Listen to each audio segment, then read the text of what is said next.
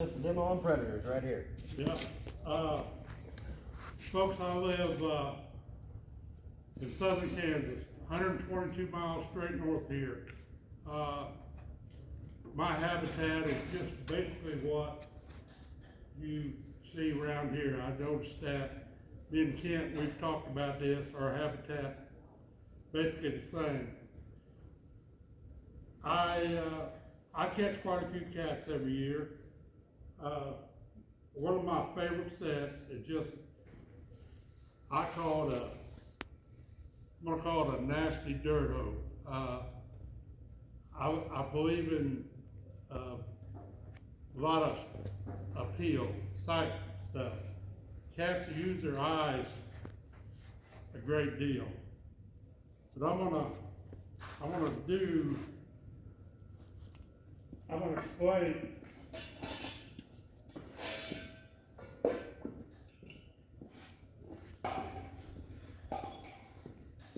I use all MB 550s. That's my trap. I don't have anything else. Years ago, I just said I'm going to use one trap. This is the trap I went to. It's 2 coiled.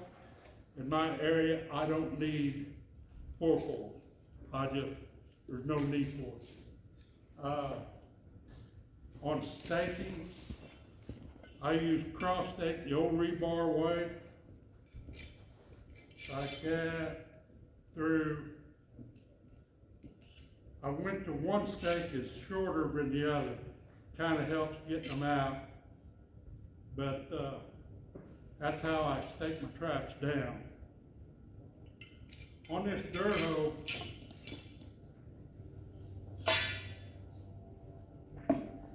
I'm gonna say, boy, I was looking at this deal. I like to set on location, on sign. If I seen a bobcat track, say this is a trail, maybe here's a trail, there's a cat track here.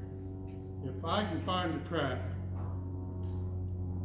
I feel that I'm gonna catch that cat. I got that much confidence in my way I travel. I like to set on sign. Tracks, poop, then I'd say the next deal would be knowledge, locations. Some places I trap, if I don't see no tracks or signs, but I know the location looks real good, my knowledge tells me that cat could be here. Up home, we have a lot of deer. I found out for the last few years, a lot of times them big tom bobcats, they find a killed deer, they'll sit there until, they'll eat on that deer until it's gone. They'll just sit there, they'll eat on it, go get a drink of water, go back, rest, and you just gotta keep plugging at it. All right, this dirt hoe set, this is a good backing. I like stuff like that.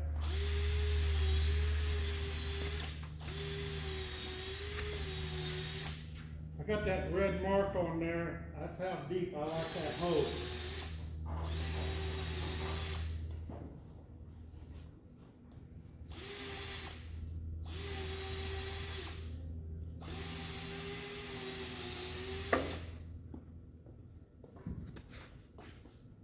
This is one of my favorite tools. I carry one in my pickup.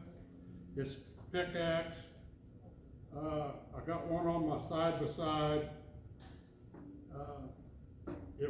It works great for me for several reasons. I dig my trap bed with it. I don't know, I've been using them probably 10 years. As far as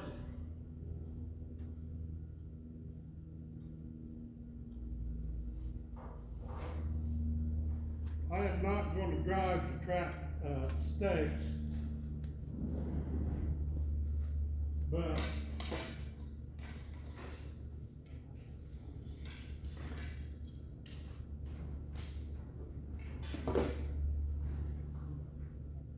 I use foam underneath my trap pans. I've been doing it for quite a few years now.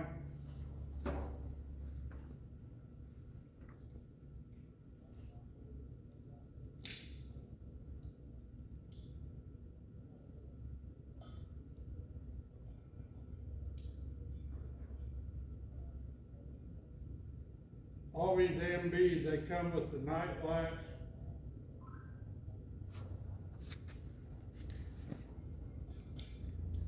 Just like this, I'm gonna change my mind. I'm gonna use one stake.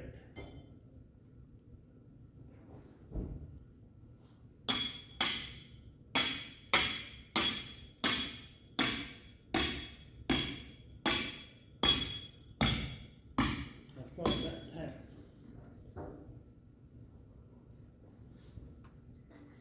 All my traps have got these J.C. Connor springs on them. I like to lay it right in the trap bed. I like to put the loose jaw right on top of it.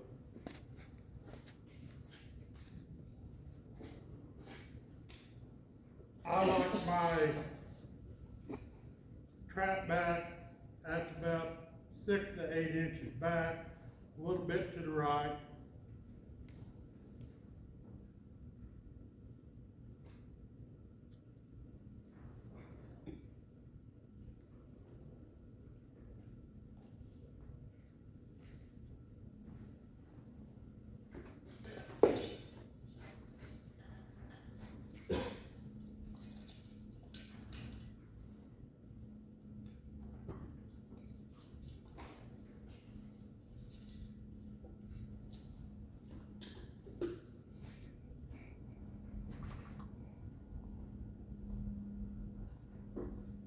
This soil, if we was doing this for real, this soil's too wet. It would freeze up, but I'm just, all right, now. Do you use any antifreeze at all? Go what? Do you use any antifreeze at all? A what? Antifreeze. Do you use Antifreeze. any antifreeze? Once in a while if it gets real cold up in southern Kansas, I just use regular salt from the grocery store.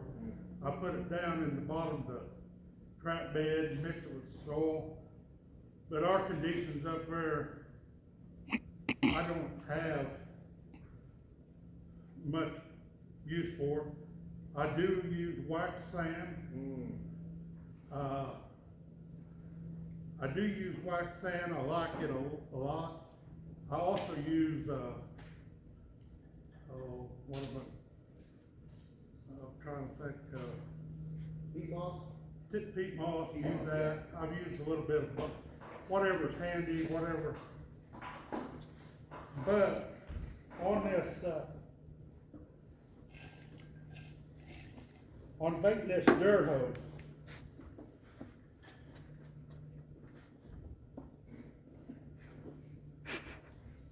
I use a lot of Apple Road products. Works out great with me. I sell him all my glands. I sell him all my Bobcat carcasses. I trade him for bait, lure, so there's no cash money. I mean, the bait works great for me. On this, I like to put the bait on the top of the hole, if I can.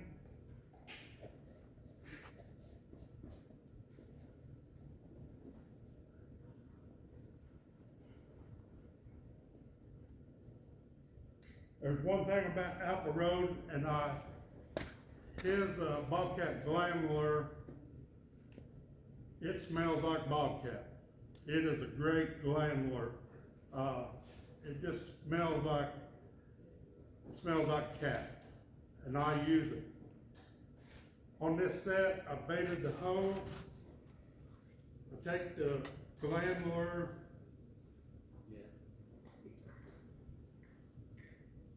I like to put it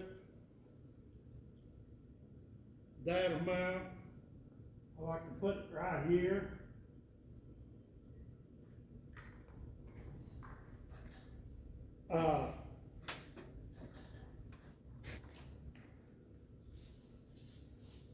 On my urine, I get almost all my urine out of my cats. When you get the Bobcat, their bladder is usually full of urine. If you keep it uphill till you get home, when you skin it, sometimes you'll get a quarter of a bottle of urine. It's the pure stuff. I mean, I don't buy no Bobcat urine. But, I mean, that's just the way I do it. I've got several pints. When I start trapping this winter, it'll just keep carrying over. But here's that. I put the glandular on that side. I like to put a little pea right there. That took care of that.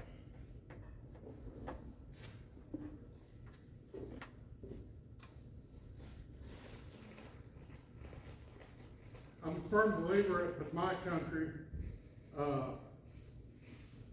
the bobcats eat a lot of birds. I think that's one of their favorite deals.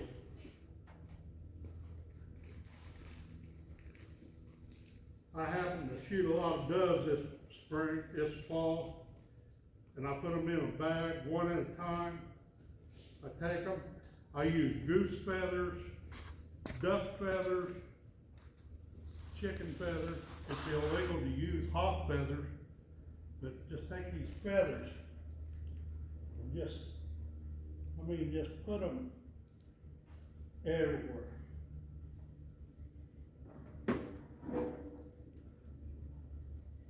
I like to keep them back here.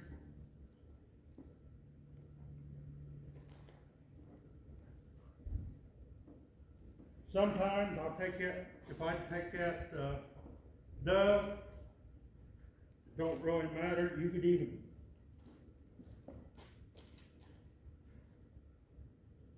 shove him down the hole. It just adds more attraction, more smell. Last few years I use a lot of this. If I ain't got a lot of feathers, I found out I like to use polyfill. I like to just take it and just spread it. I mean, just make it.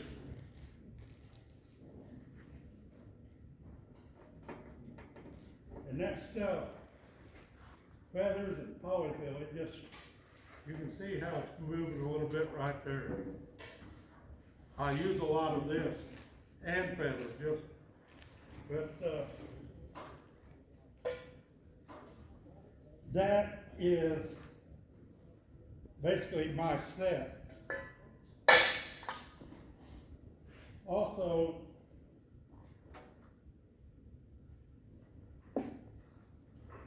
there is not, if there was a limb here, I know if, I'm a firm believer in these CDs. I hang them up. I like to hang them about that high. I like them on the back side of the trap. They just catch all the wind in the world. They just sit there and they do this. I think it's a great attractor. I want to say this about last year. Every year is different. 2 years ago, I caught cats with this. Last year it didn't seem like it mattered. I do not know the reason. I do not know the reason. But I use these all the time. You can use wings of ducks, but I like these CDs.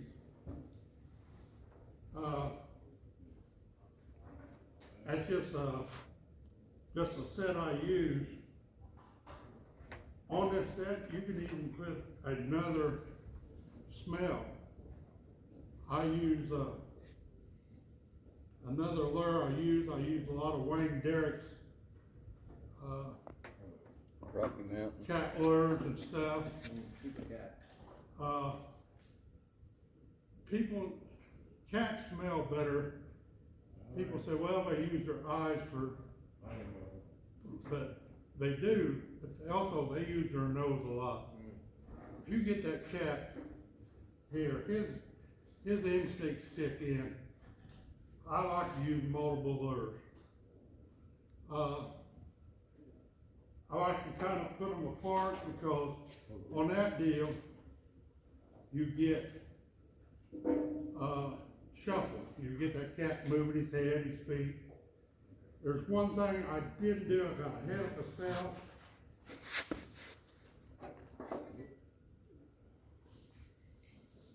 I went out and found a few sticks. There's a difference between coyote trapping and cat trapping. You can guide cats, you can guide them. Take these sticks,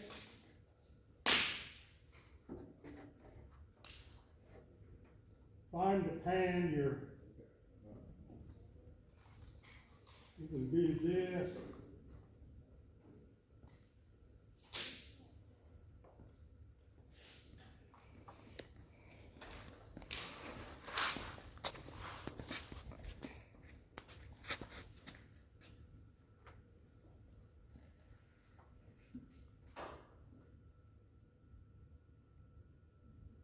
You can guide that cat's foot, lock this up just a little bit more.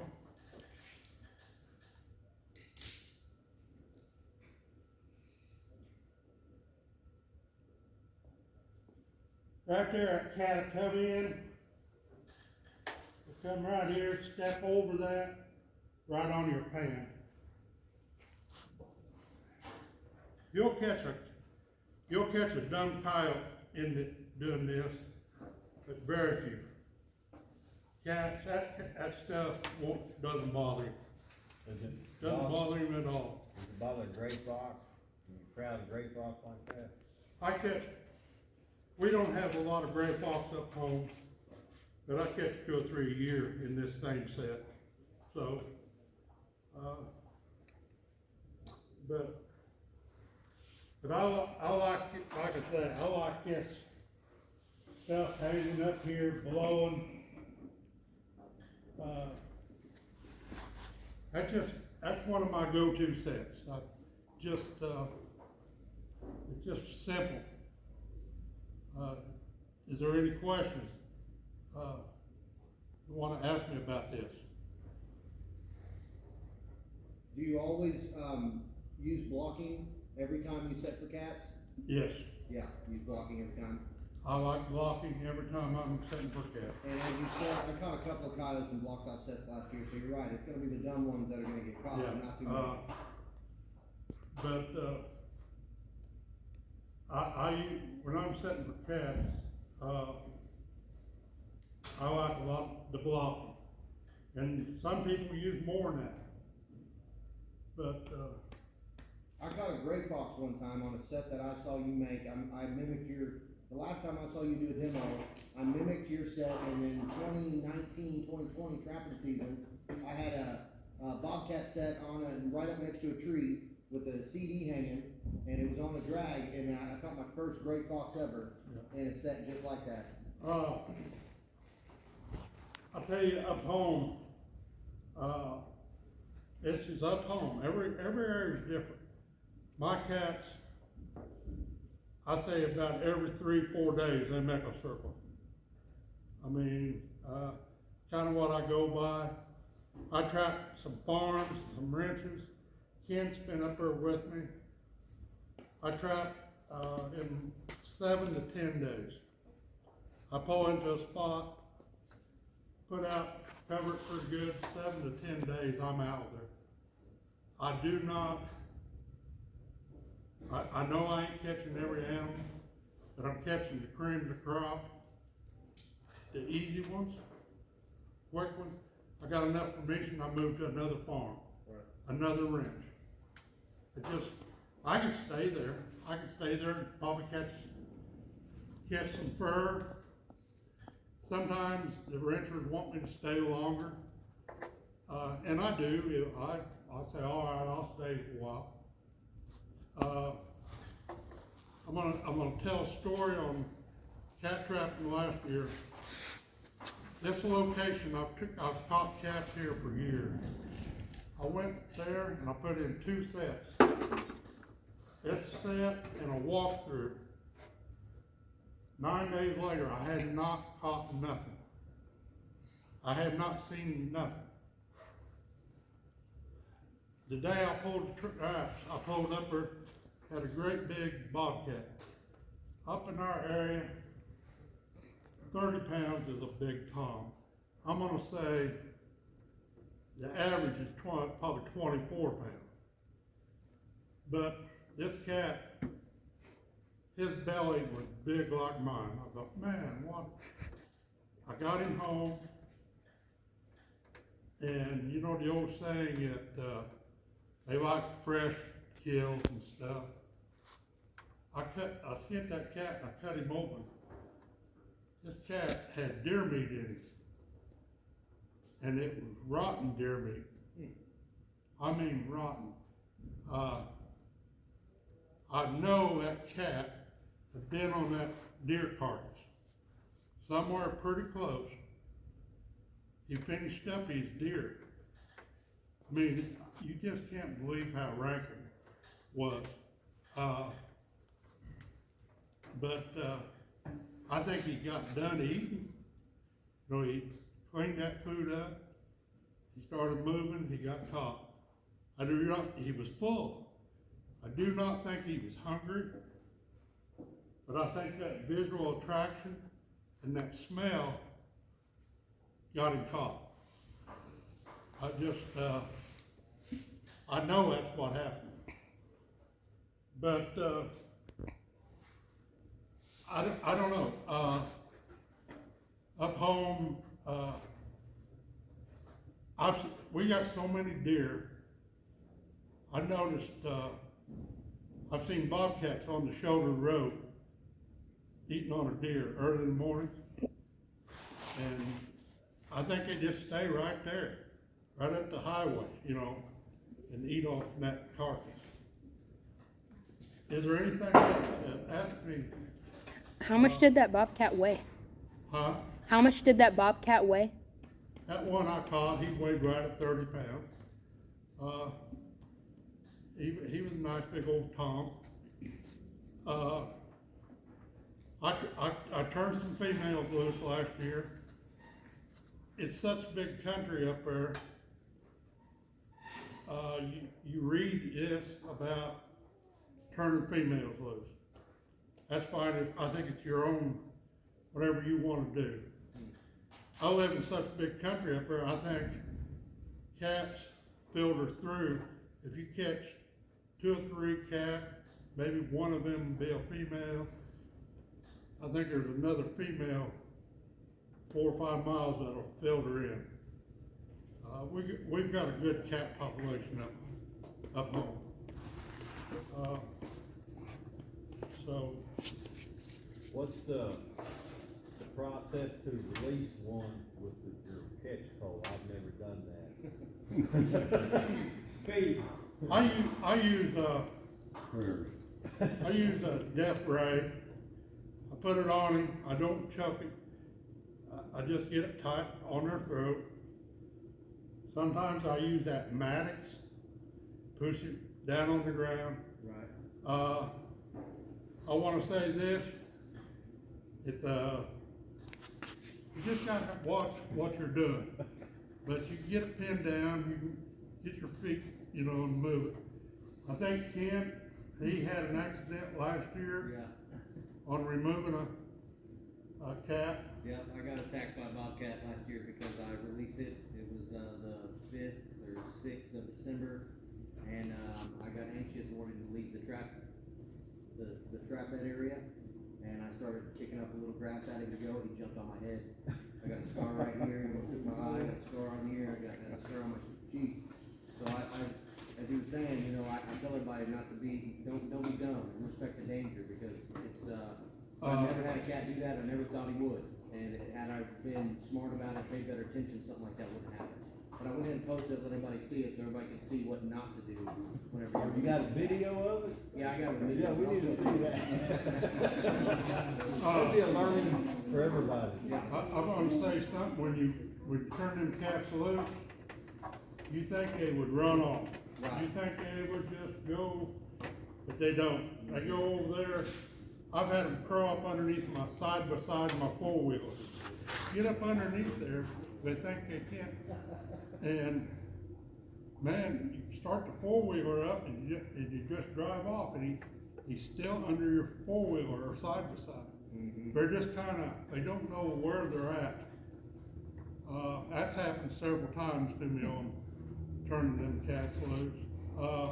And they're mad at the guy who turned them loose. Do what? They're mad at the person who's turned them loose. No, we're just kinda like when you come out of surgery, we're in la la land, you know? But you just gotta be careful on turning them loose. Luckily I ain't got, I'm gonna tell a story on myself. When I tell you something, this is true. A few years ago, I had a great big old cat, and I don't get around very good. It was real cold that morning, and I put the death ray on him, put him out of his misery. But when you do that, that cat, the initial jump is unbelievable. Well, I tripped and fell. And I mean, I'm right here, this cat's here, I'm laying on the ground. And it happened to be downhill, and had the coveralls on, so I just rode.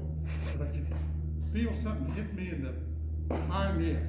I mean, man, he's hitting. And I'm thinking, boy, that claws are gonna hit me. And I go over to a barbed wire fence, I claw. I rode quite a way, and there's barbed wire fence. I didn't know nobody was around. And I pulled myself up this barbed wire fence. The landowner, he's about 200 yards from me. He comes over there, told me, he said, you look like a Rocky Balboa. He said, one strand at a time, pull yourself up. But what was hitting me was that death ray. It was a 3-footer, that cat was dying. And he was a flopping, that was what was hitting me. But, you know, for you young kids, you young guys that are trapping, getting into this, if you do it long enough, you're gonna have a lot of experiences. Yeah. There's a lot of veteran trappers here, know what I'm saying. But I don't know, and you asked me, young man, you hadn't caught a bobcat yet. I feel bobcats are easy to catch. There's a lot of kids up home, they catch them in just a 1.5 coil dirt hole setting for a coon. You keep after it. Bobcats are not the smartest on the planet. They're totally different than a coyote. So, is there anything else? You know. I missed it because I come in late, but what did you use for your paint cover? Paint cover, that's a piece of foam. You buy it at, I buy mine at Hobby Lobby. You can buy it at Walmart. So it slides underneath the pan. I cut them, I think my measurement's 2.5 by 2.5, something like that. Have you ever had them freeze up on you? Do what? Have you ever had those foam pads freeze, become hard where the pan wouldn't depress? He asked if you've ever had one freeze before. Yes, Yeah. yes. if the conditions are right, I think it's wet. I told you I use wax sand. I put wax sand in the bottom of the bed and over the top, and that kind of handles the water situation. If it ain't got moisture, it can't get to it, it ain't gonna freeze. But, yes, they will freeze.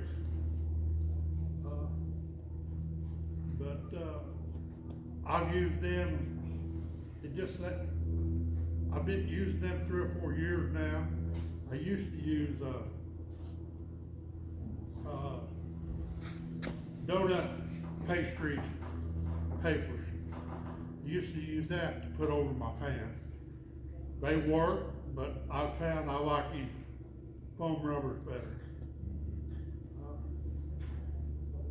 Also, on them 550s, that foam rubber, it increases my pan tension